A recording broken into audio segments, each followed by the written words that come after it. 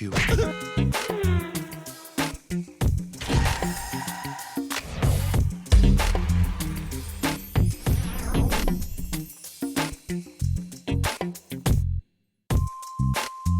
Hello and welcome to Storyboard. I am Anuradha Sengupta and I'm sure you know by now that we're celebrating 10 years of this show here on CNBC TV18. We've had special shows through the month of May looking back at some of the changes that have taken place over the past decade.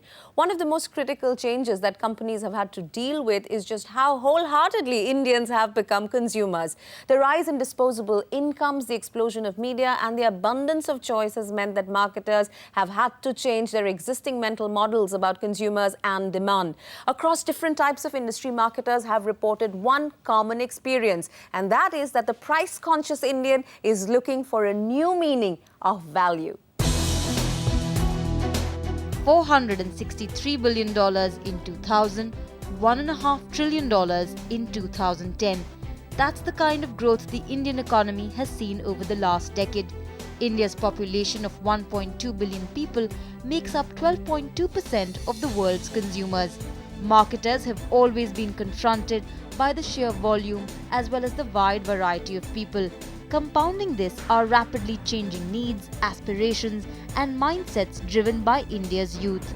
While the pace of urbanization has been rising, 70% of India, or one-third of the consuming class, still lives in villages. Yet rural India has also changed, and agricultural income is no longer the only source of income here. In terms of consumer behavior, the most important change in the past decade has been the perception and interpretation of value. Given the environment 10 years ago, there was one India and that was mass India. Today, there are multiple Indias, right?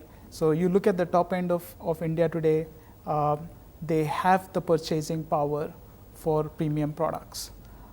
If you add them up and see the potential for luxury products, even though it might sound like a niche market from an India perspective, this could be comparable to the European market. Yeah.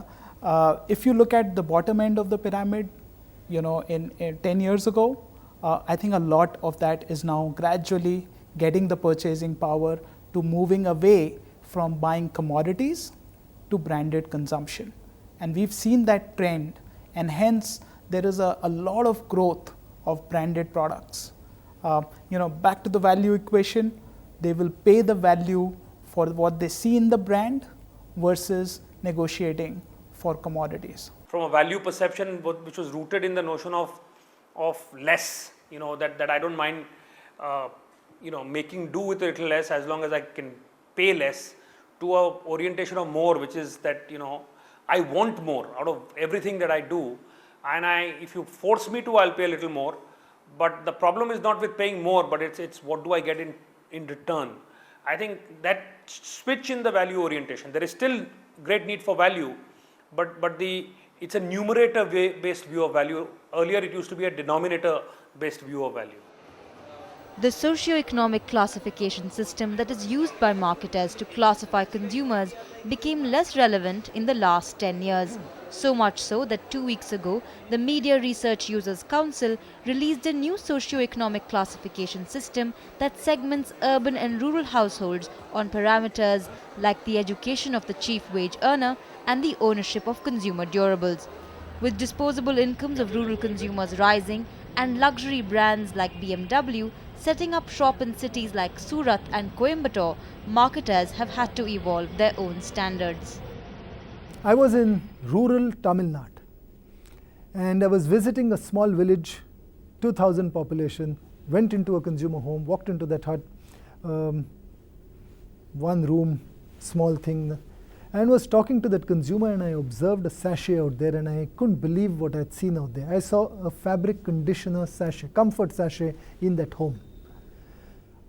If someone had told me that a consumer in that village felt the need to buy a fabric conditioner, I wouldn't have believed it if I hadn't seen it.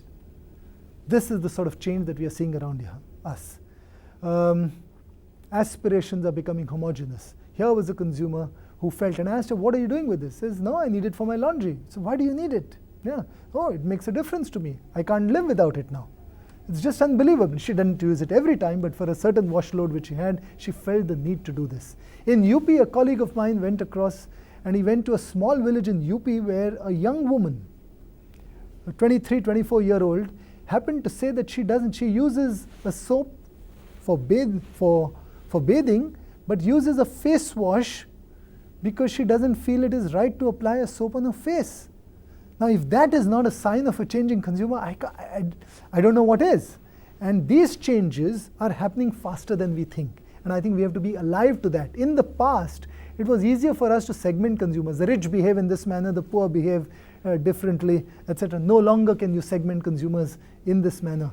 I think it's becoming more complex, it's becoming more sophisticated, and I think there is a role that youth are playing where the younger generation is acting in a manner which is very different from what you would normally expect people of that income group and of that socio-economic class and what we would call the living standard measure would normally behave and demonstrate. As far as the telecom industry is concerned, I think if you start off the journey from 94, 95, it's really come a long way.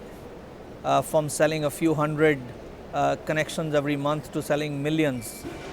From moving from less than 1% of people having telephony connections or access to telephony in this country to over 60% of the population having telephone connections and now even internet access is a tremendous transformation that has happened. I think it has empowered the people of India.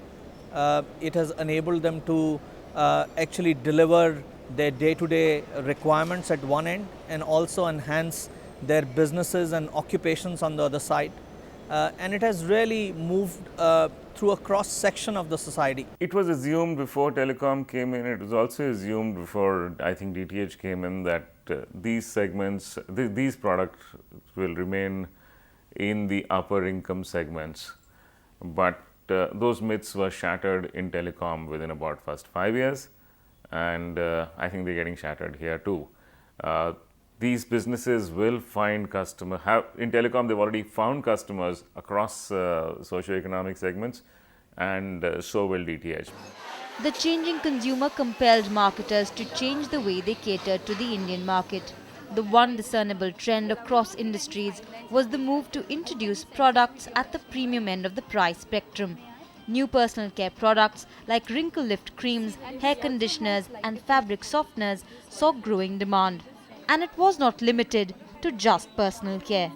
In the categories that we operate in, we find consumption levels very low, and we are already seeing that many new segments, many new categories are emerging. 5 years ago, 8 years ago, we couldn't have imagined that there would be segments like anti-aging, premium skin lightening, face washes, hair conditioners, fabric conditioners. All of these are just taking off. Packaged foods is taking off. So there is new categories like deodorants, ice cream, all of these will take off. And I don't know when the tipping point will come, but increasingly we are seeing that the rate of growth of all of these is so high that over the next 5, 10, 15, 20 years, I can't see any reason why structurally we would not see strong growth for the industry into the future. In the past, we used to really target the middle of the market, or the so-called middle class consumer alone. I think we have started looking at the premium end far more aggressively, and launches like Bonville and Silk are testimony to that, and both have done extremely well. And at the other end, we have brands like Shots, which is a 2 rupee offering of CDM and Perk, that really cater to non-users, for whom the competition is non-consumption. So we're trying to drive a 3-tier strategy, and I think each tier has surprised us by how much it can grow by. We have to respond to the consumer. The way a consumer wants a change, we'll have to give them a change.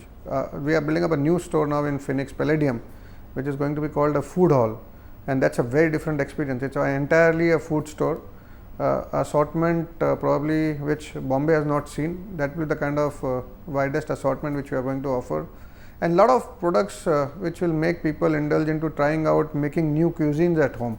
I believe that what we have learned is Indians were only experimenting earlier when we started 11 years ago was one kind of food at home, but I think in the last 11 years, if you look at the refrigerators, they have become bigger. People are experimenting with new kinds of food. So they are making a South Indian at home, they are making Chinese at home, they are even experimenting with Japanese food at home, Lebanese food at home. I think our job as a retailer is to make consumers explore all the product categories and make them try it. As marketers started juggling wider portfolios that catered to everyone in the value spectrum, brand positioning became a challenge. Makers of entry-level products were now charging premiums for new categories, and their consumers or customers were uptrading at a rapid pace. For a long time, the position of Bajaj was that of the maker of the cheapest scooters in the country. Through the 60s, 70s and 80s, the meteoric rise of Bajaj and its dominant position was based on that one single proposition, value for money scooters. Today, the position of Bajaj is that of the dominant player, but in the most expensive motorcycles in the country, not in the value for money. That's a position that's held by someone else. What people focus on more is the shift from scooters to motorcycles. They say to me, you were a scooter company at your father's time, you're a motorcycle company now. But for me, that shift is secondary. The more important shift is, we were making the cheaper scooters. We are now making the more expensive bike. I think the most important part of the journey has been last decade, that adoption of new technology by the Indian consumer. That's something very important which has happened over the last 10 years. And how things have moved from curved to slim, and slim to flat, flat to LED, now LED to 3D, 3D to smart TV. So they have been consistently accepting these own new technologies in the last 10 years, and that's a big change which we have seen in the face of consumer-driven market. 10 to 15% of India's population has the potential to buy premium products, and with the economy set to grow at between 8 to 9%, this number is only going to become bigger. Rural India, that currently accounts for $8 billion of consumer spending, is estimated to grow at 17 to 18% over the next 10 years, which will result in a further demand explosion.